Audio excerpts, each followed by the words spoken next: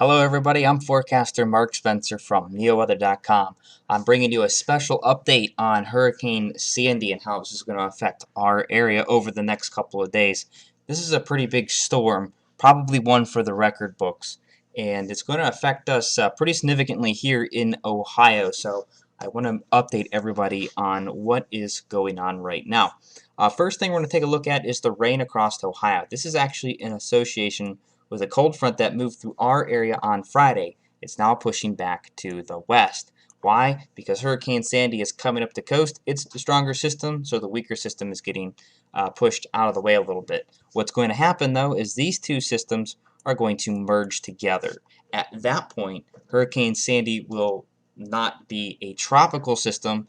It'll be called extratropical, or the term you hear going around lately is hybrid. And it really will be a hybrid system. It'll be tropical characteristics and other characteristics from this polar low that move through. So it's going to have characteristics of both systems integrated into it, and it will cease to become a sole tropical system.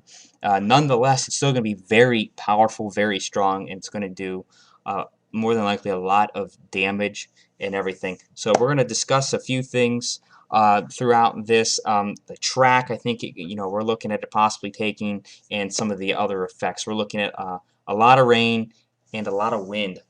So a couple different factors there. Hurricane Sandy right now is off the Carolina coast right here. It's tracked to hit New Jersey sometime Monday night, and then eventually move west into Pennsylvania. Eventually sit there a little bit and move north. We'll talk about the track here in just a moment. Rain right now across Ohio. This is about 5:30 or so Sunday evening. It's moving to the west. It's basically going to sit here. We're going to get a lot of rain. We'll talk about rainfall amounts and wind speeds we may be talking about too. There is a flood watch in effect across the area, and I believe it's now a high wind warning in effect through Tuesday, I believe. So we'll touch base on that. Temperatures right now in the low to middle 40s are basically going to stay put. They'll drop a little bit overnight. They'll come back up just a little bit during the day, but they're pretty much going to stay put over the next few days with just a few degree variance at the most. So right now, next thing we'll talk about here is the track of this system. All right, here we go. We're going to take a look first at the track of what we'll call the remnants of Sandy. Again, it's going to be a hybrid system, a combination of Hurricane Sandy and this polar low that's going to be in the region, what's coming over us right now. So we'll animate this in just a second, but just a general analysis here. We expect the track to come inland somewhere in New Jersey, central to southern New Jersey, probably the best bet at this point, but really anything from about Delaware up to New York. It could come on shore anywhere there. For the most part, where it makes landfall, it's more or less a technicality at this point. It really doesn't matter. The system's so vast and so strong that it's going to affect a really wide area. So where it exactly makes landfall doesn't really quite matter at this point. We'll put this into motion. We'll see some timing also pop up here. We're expecting to make landfall right around 8 p.m. Monday night. By 8 a.m. Tuesday, it looks to be somewhere near Pittsburgh right now. So what the models are saying is where that low basically retrogrades to or moves west. But by 8 p.m. Tuesday night, it doesn't move very far. It only gets over to about the more or less there into Maryland. About Hagerstown, Maryland is where it gets to. And then it takes a very long time to get up to the north. By 8 o'clock Wednesday evening, up near the Finger Lakes region of New York. Right around Ithaca there by about Wednesday evening. So you can see it's going to be here for a little while. It's going to take a little bit to really get out of here. That's because high pressure is over, it would be just off the map up here over like Nova Scotia and that area, and that's going to keep it from eventually getting up to the north there. As that high pressure moves away, the low will be able to move to the north. So it's going to take a while to get out of here. What that means for us is we're going to see the effects of this all through Tuesday and even into Tuesday night as well. I think late Monday night into Tuesday will probably be the brunt of the storm. We'll get the specifics here in just a second. But if you're going to be out and about on Tuesday going to work or whatever, definitely be careful. Be careful driving. Be careful walking. It's going to be very, very windy, and there's going to be a lot of rain with this system as well. Speaking of rainfall, take a look at our rainfall forecast here. What we're thinking in terms of how much rain we could see. This could change a little bit. It depends how if the low sits over in Pennsylvania longer than we expect, we could get more rain. But right now we're thinking right around about 4 inches for much of the area here in northeastern, and we'll say even in the east central Ohio as well. Now, with the winds out of the north-northwest, we're going to have some lake enhancement of the rainfall as well. So not only are we going to get the tropical rain, we're going to get lake enhancement as well. So in the snowbelt areas where you typically see your lake effect snowfall, you could see around upwards of 6 inches of rain in that area thanks to lake enhancement. So you could get more. Now again, if this particular system lingers in Pennsylvania, we could be talking about more rainfall in both of these areas. If it does what the forecast says it's going to do, this is basically what we're looking at. So it's going to be a lot of rainfall out there. There is a flood watching effect across the region.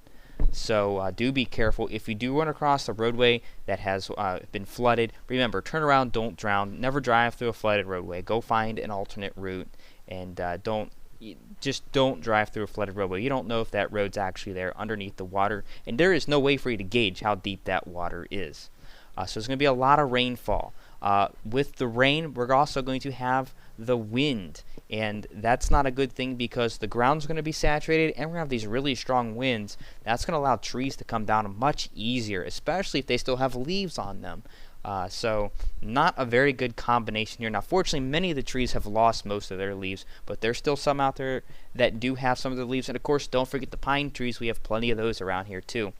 We are expecting high winds. The high wind watch is now a high wind warning. We're looking at sustained winds from the north, eventually to the northwest, right around 40 to 50 miles per hour.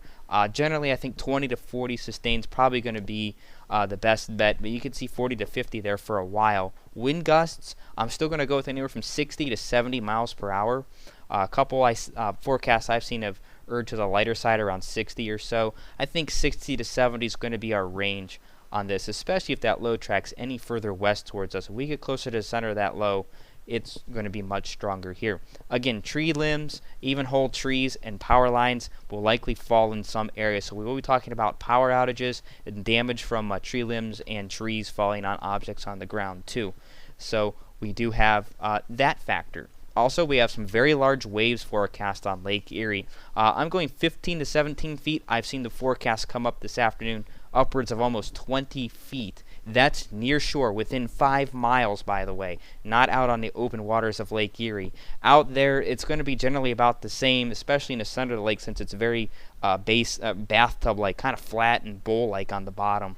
So it's not extremely deep, and it can only do so much. But we're looking generally 15 to 17 feet near shore for those waves. So don't go near the lake. Just stay away from it. And also be careful if you're driving up along the lakeshore along I-90, especially that area where it's really close to the lake. Be very careful there. That water could actually come crashing onto the roadway. So use extra caution there as well, starting Monday night and pretty much all through Tuesday. We're going to keep you updated as much as we can on this. Be sure to stay tuned at Neoweather.com. Of course, our fan page on Facebook and Twitter. To stay with us through the entire event. We'll have continued updates in our daily video forecast and any other special posts that we come up with. If we do need to come out with another video, if anything significant has changed, we certainly will. Definitely let your friends and family know about Neoweather. Have them like us on Facebook and follow us for all of the latest details regarding this very significant and likely historic weather event that we're going to be dealing with here in the next couple of days. On behalf of everybody here at Neoweather, I'm forecaster Mark Spencer. We hope you do stay tuned, stay safe, and have a good evening.